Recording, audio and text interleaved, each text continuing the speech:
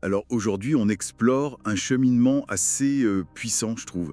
Comment on peut se libérer du poids du regard des autres? Et si leur opinion finissait par ne plus nous atteindre?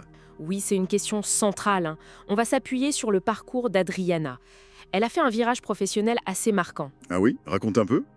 Elle était productrice de films, un milieu souvent vu comme assez glamour, sexy même, disait-elle. Et elle a tout changé pour ouvrir une garderie. D'accord, sacré changement. Et ça remue des choses, j'imagine. Énormément, elle a ressenti une angoisse très forte, liée au jugement. Peur de ne pas être comprise, que son nouveau projet soit pas validé, quoi. Elle décrit même des réactions physiques, c'est ça? Oppression, tremblement. Oui, tout à fait. Une peur viscérale, vraiment. Elle cherchait désespérément ce que tu appelles le tampon d'approbation, mais de l'extérieur. Et ça, c'est un piège classique, non? Remettre son propre pouvoir, sa valeur, aux autres. Exactement, on devient dépendant de leur regard. Et parfois, ça s'enracine dans des expériences plus anciennes où se montrer, être visible, c'était mal vu en fait. Alors comment elle a fait? Comment elle a inversé la vapeur? Il y a eu un moment clé, je crois. Oui, un truc tout simple en apparence, mais puissant. L'exercice du miroir. Le miroir. Oui. Se regarder dans les yeux et se dire à elle-même ce qu'elle avait besoin d'entendre. Des phrases comme « Arrête de t'inquiéter, tout ira bien, je t'aime, tu es aimé Se donner soi-même cette validation, en somme. ». C'est ça. Et là, l'émotion est montée. Des larmes, mais des larmes de soulagement apparemment. Le sentiment d'être enfin en sécurité, acceptée par elle-même. Je vois. Le besoin profond, c'était cette sécurité intérieure, pas l'approbation des autres. Voilà, c'est le pivot. Une fois qu'on commence à construire ça, le jugement extérieur, il a moins d'emprise, forcément. Et ça s'est vu aussi dans sa vie pro, j'imagine. Carrément. Face à une affaire un peu incertaine, au lieu de paniquer, genre il faut absolument que ça marche, elle a commencé à intégrer l'idée de lâcher prise. Lâcher prise sur le résultateur. Accepter qu'un refus, c'est pas forcément un échec. Oui, que ça peut même ouvrir la porte à autre chose, de plus juste pour elle.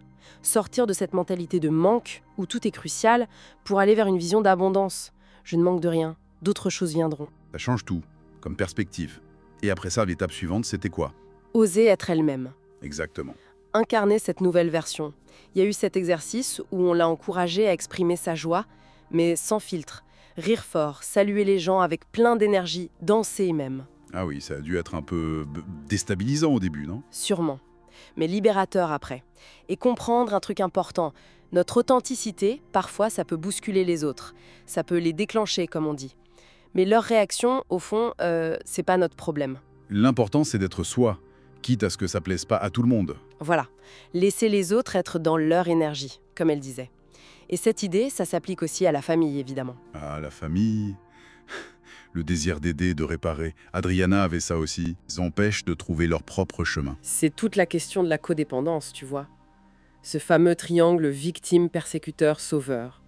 Jouer au sauveur, même si c'est bien intentionné, ça peut maintenir l'autre dans une forme d'impuissance. Comme l'exemple d'Arondoti dont on avait parlé. Qui aidait sa famille financièrement, mais ça créait plus de dépendance. Exactement. Parfois, la vraie aide, c'est de poser des limites claires, de refuser de porter le fardeau de l'autre. Quitte à passer pour le méchant un temps. C'est le paradoxe, oui, mais ça peut être ce qui permet à l'autre de grandir, de prendre ses responsabilités, accepter de ne pas contrôler leur parcours. Donc au final, tout revient à l'acceptation. S'accepter soi, même les côtés un peu bizarres, et accepter les autres, là où ils en sont. C'est ça. Et comprendre que leur jugement, souvent, il parle d'eux. Si on arrive à calmer notre propre juge intérieur, alors le jugement extérieur perd beaucoup de son pouvoir. Ce qui blesse vraiment, c'est l'auto-jugement qu'on se fait à soi-même en écho. Tout à fait. Le parcours d'Adriana, c'est donc une sacrée libération. S'autoriser à être sans cette quête d'approbation et surtout oser vivre sa joie. La liberté, elle est là en fait. Et pour finir, peut-être une question à laisser mûrir. Dans quel domaine on cherche encore, nous, cette validation extérieure? Ou alors, où est-ce qu'on essaye de réparer chez les autres ce qui peut-être leur appartient de traverser?